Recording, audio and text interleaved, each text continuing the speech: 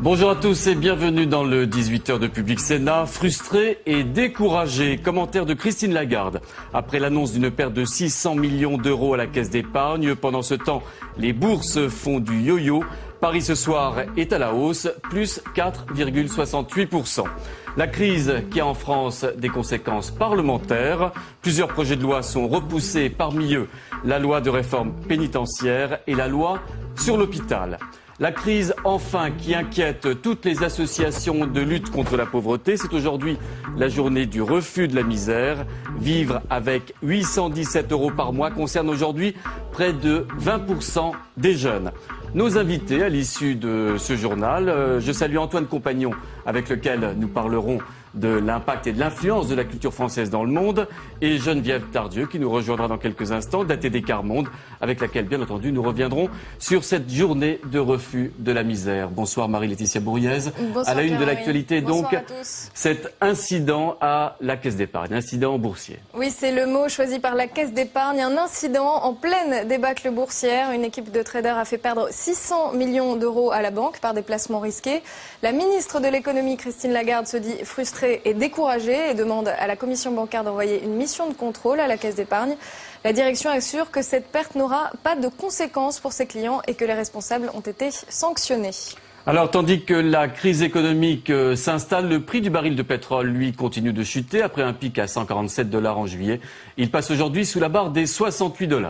Et pour les pays consommateurs, c'est une bouffée d'air frais, mais c'est aussi le signe d'un fort ralentissement de la croissance économique. Flora Sauvage. Bonne nouvelle ou signe annonciateur de la crise économique mondiale, la baisse du baril de pétrole de 150 à 70 $ en moins de 4 mois peut faire craindre le pire. Cette bonne nouvelle pour les consommateurs parce que ça va diminuer le prix des carburants, ça diminue le prix des bases qui vont vers la pétrochimie, est en fait la bonne nouvelle d'une mauvaise nouvelle.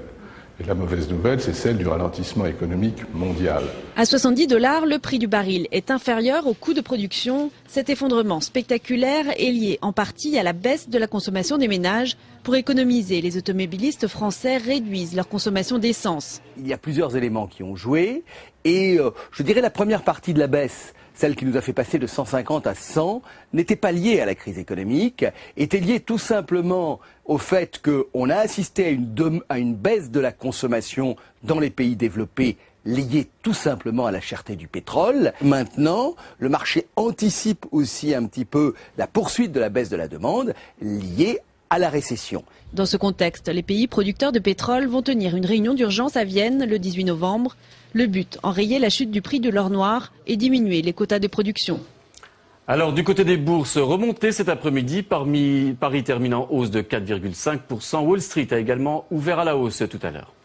Et en cette journée du refus de la misère, l'inquiétude se tourne vers les pays pauvres menacés par la crise financière. Le secrétaire général de l'ONU, Ban Ki-moon, appelle à une action coordonnée vigoureuse pour soutenir les objectifs anti-pauvreté de l'ONU. Saïa Oka et François Lallemand.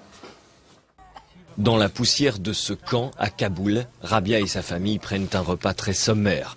En Afghanistan, des millions de personnes manquent de nourriture et le programme alimentaire mondial s'efforce chaque jour de leur en fournir. Cette année, les humanitaires ont déjà été confrontés à l'envolée des prix des aliments et de l'énergie. La crise financière internationale ne va rien arranger. Bien sûr, nous sommes très inquiets de l'impact que la crise va avoir sur la volonté des pays donateurs de participer au programme de développement.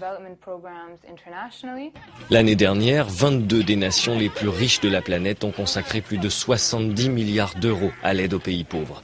Les deux plus importants donateurs sont les États-Unis et la Grande-Bretagne. Mais après la dégringolade des bourses, les gouvernements occidentaux ont engagé des sommes colossales pour sauver les banques. On est capable de débloquer des budgets énormes pour le système bancaire, des budgets qui, il y a 6 mois, n'étaient pas disponibles pour les pays en développement. Cela fait des années que nous en avons besoin. Il n'y avait pas d'argent et là, d'un seul coup, on en trouve. La crise financière ne pouvait pas tomber à un plus mauvais moment. D'après la Banque mondiale, jusqu'à 100 millions de personnes sont menacées de pauvreté à cause de la hausse vertigineuse des prix de la nourriture et de l'énergie. Avec le ralentissement économique, ces prix devraient baisser, mais le FMI ne s'emballe pas pour autant. Nous nous anticipons que l'année 2009 verra les prix se calmer un peu. Même en se calmant, c'est ça qui est très important, même en se calmant, les prix restent supérieurs à ce qu'ils étaient avant l'explosion il y a 1 an et quelques. Et donc de toute façon, la situation est une situation difficile. L'ONU demande une action internationale coordonnée pour soutenir son programme de lutte contre la pauvreté. Une conférence mondiale doit avoir lieu à Doha en novembre. La crise qui a aussi un impact sur l'activité du Parlement. L'examen de certains textes devrait être repoussé, par exemple le projet de loi pénitentiaire ou le projet de loi sur l'hôpital. D'autres textes pourraient aussi être modifiés, comme celui du Grenelle de l'environnement ou encore le projet de loi sur le logement étudié en ce moment au Sénat. Et c'est encore une conséquence de la crise, le plan européen pour le climat. Il a du plomb dans l'aile, Marie. Hier, au sommet de Bruxelles, les discussions ont été très tendues. Le plan devrait coûter 25 milliards d'euros. En temps de crise, c'est trop cher, selon certains États membres. Fabrice Cunet. À Bruxelles, le blocage a été évité de justesse. Trop contraignant, trop cher, ce plan climat pour la Pologne ou l'Italie, par exemple. Sur la forme, la présidence française est parvenue à maintenir son calendrier qui prévoit un accord en décembre. Sur le fond, il y aura des concessions. Il est vraisemblable, ça va être renégocié encore la semaine prochaine à Luxembourg, lundi, qui est en fait que ça soit plus ou moins adopté à l'unanimité, puisqu'on n'est pas sous Lisbonne, donc c'est encore l'unanimité hélas, mais qui est des espèces de dérogations et de régimes spéciaux pour certains pays, la Tchéquie, la Pologne, l'Italie éventuellement. L'ambition de Nicolas Sarkozy est de montrer que l'Europe peut s'entendre sur la question de la réduction des émissions de gaz à effet de serre. Et au-delà, montrer l'exemple et peser sur les prochaines négociations internationales. Pour vraiment montrer l'exemple, il faut que l'Europe s'engage à réduire ses émissions de gaz à effet de serre de 30%. 20%, c'est en dessous de ce que demandent les scientifiques du climat pour éviter les pires impacts du changement climatique. Donc il faut déjà commencer par revenir à l'engagement initial qui était de 30%, première chose. Seconde chose, il faut également aider les pays en développement. La véritable bonne nouvelle est venue du Parlement européen. Pendant que les 27 réunis en Conseil tergiversent, le Parlement soutient un texte ambitieux sur la question climatique. La réunion des ministres de l'écologie la semaine prochaine décidera s'il faut revoir la copie à la baisse ou non. Le Tchad demande à la France de régler l'addition de l'Arche de Zoé et de collecter les 6,3 millions d'euros que les 6 membres de l'association ont été condamnés à verser aux familles. Don d'organes, une pensée pour y penser, c'est le slogan de l'association Grève de vie qui est installée ce week-end dans les jardins du Luxembourg à Paris. À l'occasion de la journée mondiale du don d'organes, l'association a planté 5000 fleurs de pensée pour inciter le grand public à y penser. La ministre de la Santé, Roselyne Bachelot, appelle à la mobilisation. Il est évidemment très important de rappeler que beaucoup de vies peuvent être sauvées grâce au don d'organes. Plus de 4000 vies ont été sauvées grâce à 1500 donneurs. Voilà. Les principes de notre action, c'est l'anonymat, très important, la gratuité et le consentement présumé. Donc ce qui est très important, c'est de dire à ses proches que s'il arrive un accident, que s'il arrive un malheur, on est d'accord pour le prélèvement. Voilà, c'est la fin de ce journal. On se retrouve dans quelques instants avec nos invités.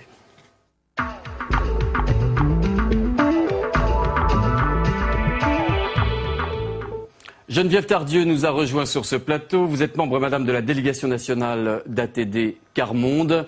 Alors, on sait que Nicolas Sarkozy a fixé des objectifs très ambitieux en matière de lutte contre la pauvreté.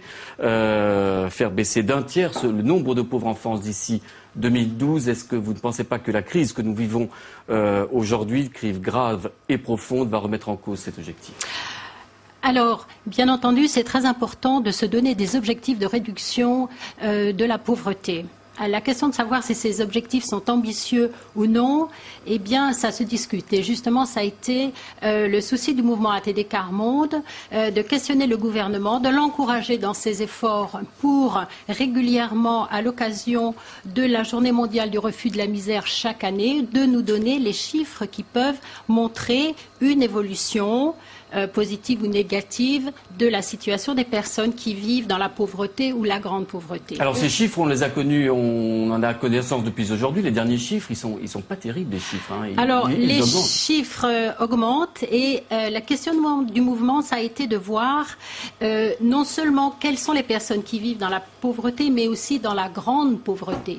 Et ne pas laisser un flou artistique, si vous voulez, sur la masse de personnes qui vivent pauvrement, et c'est très malheureux, mais les personnes qui vivent dans la très grande pauvreté. C'est pour ça que le mouvement ATD Quart Monde a voulu demander que soient publiés les chiffres des personnes qui reçoivent 40% du revenu médian, c'est-à-dire 530 € par mois pour vivre, qui ne disposent que de ça. Oui, si je comprends bien, Madame ATD Quart Monde remet en cause la statistique, la manière de compter les pauvres mise en place par le gouvernement. Disons que nous poussons toujours à davantage d'ambition pour ne laisser personne de côté, et surtout nous avons aussi questionné l'évaluation de la pauvreté en termes uniquement monétaires. Il est évident que d'autres indicateurs sont à retenir. La question du logement, du mal logement, de la santé, du non-accès aux droits et de l'éducation sont des critères qui sont tout à fait déterminants pour mesurer la pauvreté.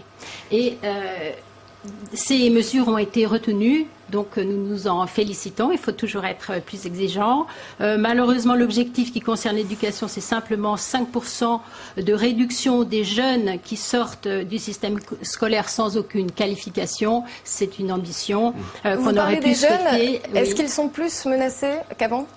Alors, bien entendu, la société se referme, se durcit, et bien entendu, l'accès au travail, c'est la solution en dehors pour sortir de la pauvreté. Mais malheureusement, les jeunes et les jeunes les moins qualifiés sont les plus menacés. Comment est-ce que vous expliquez cette évolution ?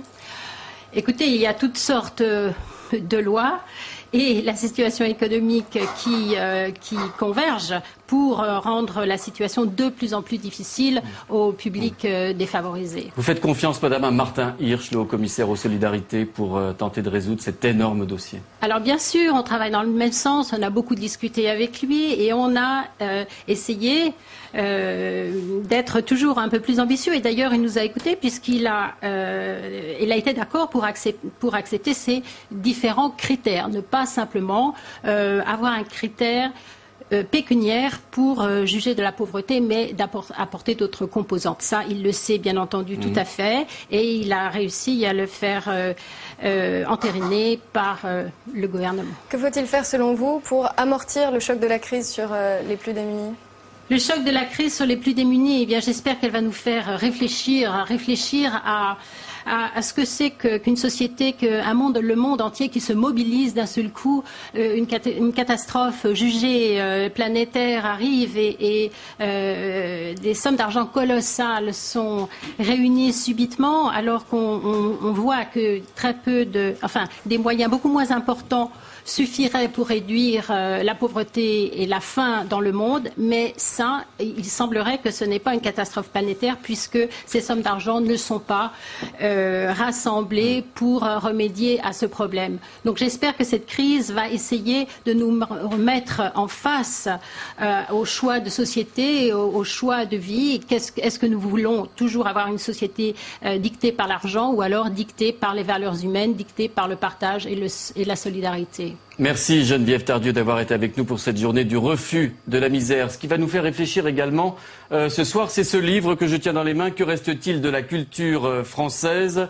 Un ouvrage co-signé par Donial Morrison et Antoine Compagnon qui nous a rejoint sur ce plateau. Un livre qui fait suite à la publication dans l'hebdomadaire Time. Vous pouvez peut-être voir la couverture sur votre écran d'un papier, d'un article de Donald Morrison. Vous le voyez sur l'écran, qui annonce la mort de la culture française. Un article un dossier qui avait fait énormément de bruit à l'occasion de sa parution.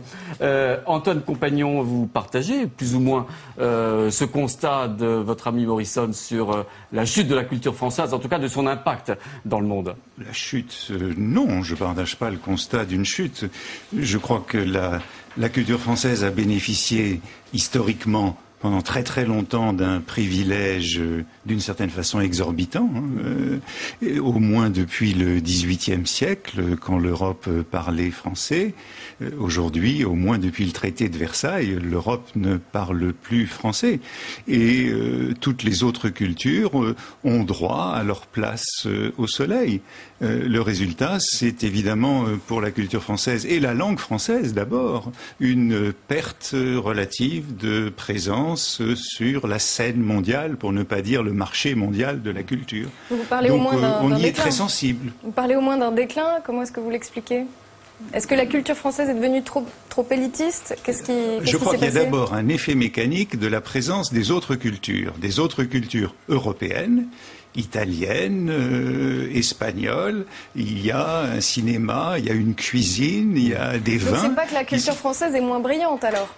Non, je dis que les autres ont droit à une place et elles ont cette place aujourd'hui. Les cultures africaines, les cultures asiatiques, mais le résultat, comme la culture française était très largement prépondérante depuis très longtemps sur cette scène et dans beaucoup d'autres pays, en France on y est très sensible. On est très sensible au fait que notre cinéma, notre peinture, notre littérature soit moins visible sur un certain nombre de marchés étrangers. Alors est-ce que justement le prix Nobel de Jean-Marie Leclésio ne vient pas, disons, contrecarrer votre théorie? Je ne crois pas. C'est pas un prix Nobel qui peut changer cette situation. Je crois que le prix Nobel de Leclésio est évidemment une très très bonne chose pour la littérature française. Il consacre un écrivain qui est très reconnu à l'étranger. La semaine dernière, j'étais à New York et la NPR, National Public Radio, m'a téléphoné pour me demander ma réaction. Et leur question était, on regarde si Leclésio est disponible en librairie. Il est très peu disponible en librairie américaine. Au contraire, alors justement, vous insistez dans votre ouvrage, le fait que, par exemple, les ouvrages français, les romans français ne sont quasiment plus traduits à l'étranger. Sont peu traduits. Enfin, il y a 12 romans français par an, en gros, traduits en américain, sur une production de 700 rien qu'à la rentrée. C'est donc très peu. Et il faut ajouter le fait, que je souligne aussi, qu'ils sont en général traduits par des presses non commerciales, par des presses à but non lucratif, c'est-à-dire qu'ils ont une diffusion faible. Et c'est le cas de Leclésio. C'est-à-dire que la littérature française doit retrouver un souffle universel qu'avait Balzac, qu'avait Flaubert, qu'avaient les grands romanciers pour exporter. Mais ça ne s'invente pas des choses comme ça. C'est pas avec des subventions, c'est pas avec de meilleures formations des écrivains qu'on peut inventer un nouveau Proust ou un nouveau Céline. Je crois que ce qu'il faut former, ce sont des lecteurs, avant tout. Là, on parle de littérature. La culture française, c'est aussi la langue française. C'est aujourd'hui le sommet de la francophonie. Est-ce que vous ne pensez pas que c'est quand même un signe plutôt positif qu'il y ait encore un sommet de la francophonie avec 30 pays comme ça rassemblés? C'est un vecteur fort pour la culture française. Absolument. Mais cela dit, on ne peut pas se cacher, j'ai enseigné très très longtemps à l'étranger, dans différents pays, que la situation du français à l'étranger comme langue seconde est inquiétante, y compris chez nos voisins européens les plus proches. En Italie, en Allemagne, on apprend moins le français. Et d'une certaine façon, par un raisonnement logique, il suffit de sa langue maternelle et de l'anglais pour se débrouiller dans le monde. La situation de l'allemand en France est, si possible, encore plus catastrophique que celle du français en Allemagne aujourd'hui. Et en effet, on peut s'inquiéter que dans un terme relativement proche, nous ayons tous comme seconde langue la langue anglaise, ce qui est un calcul économique tout à fait rationnel. Alors finalement, vous dites que le poids de la culture française dans le monde est un petit peu le poids de la géopolitique de la France dans le monde, c'est-à-dire une puissance moyenne accompagnée d'une culture moyenne? Je crois qu'aujourd'hui, le poids de la France, le poids de la culture et de la langue française reste important. Dans la plupart des pays que je connais, que je fréquente, le français est la seconde langue étrangère derrière l'anglais. Donc nous avons une place tout à fait importante. On ne peut pas cacher non plus que nous sommes en Europe le seul pays où il reste un cinéma national qui continue à faire des statistiques très satisfaisantes. Enfin, ces semaines, le film de Laurent Canté, Entre les murs, qui doit en être à 1 million d'entrées, c'est au bout de la 3e semaine. C'est encore une exception française que d'avoir un cinéma national qui se défend. Je m'arrête sur cet exemple, Monsieur Compagnon. Vous dites qu'il faut renoncer à cet universalisme français que vous avez expliqué il y a quelques instants et plutôt se ressourcer dans les marges. Se ressourcer dans les marges, c'est typiquement le film que vous évoquiez à l'instant qui marche très bien et qui raconte cette histoire d'une classe, j'allais dire bigarrée, en plein Paris. Alors je n'ai pas encore vu le film parce que je suis rentré de New York il y a 2 jours. Je vais aller le voir assez vite pour pouvoir avoir des conversations dans les dîners. Mais en effet, je crois que la littérature francophone a, d'une certaine manière, rendu de l'énergie à la littérature française depuis une génération. Peut-être qu'elle n'a pas eu le même effet d'entraînement que la littérature du Commonwealth pour la littérature britannique. On a vu dans la dernière génération, disons, beaucoup des écrivains britanniques importants viennent du Commonwealth.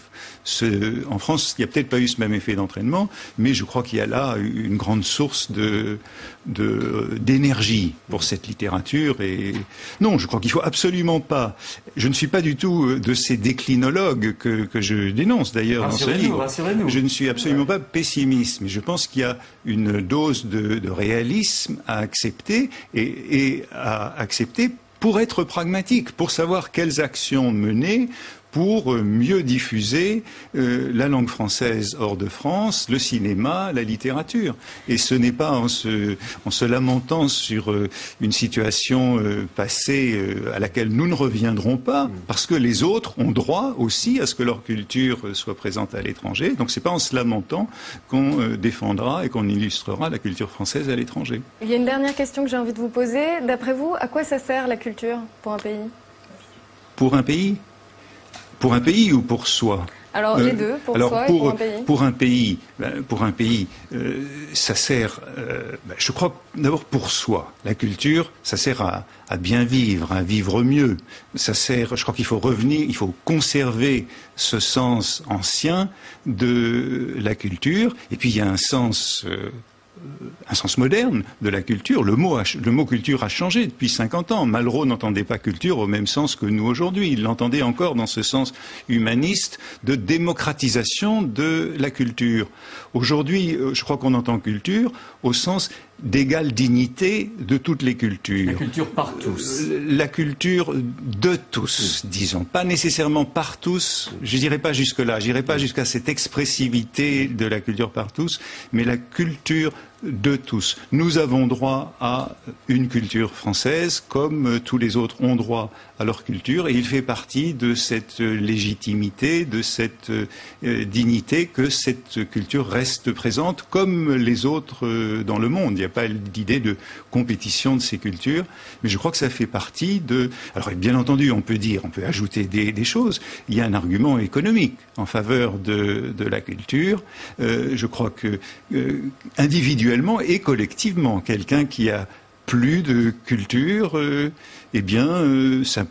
je pense qu'il réussit mieux dans la vie. Il faut vendre la culture au nom de sa rentabilité aussi. Et je crois qu'il y a une rentabilité économique des biens culturels également. Merci Antoine Compagnon de nous avoir rendu visite sur le plateau de la France. Je recommande encore une fois pour votre week-end votre livre « Que reste-t-il de la culture française ?»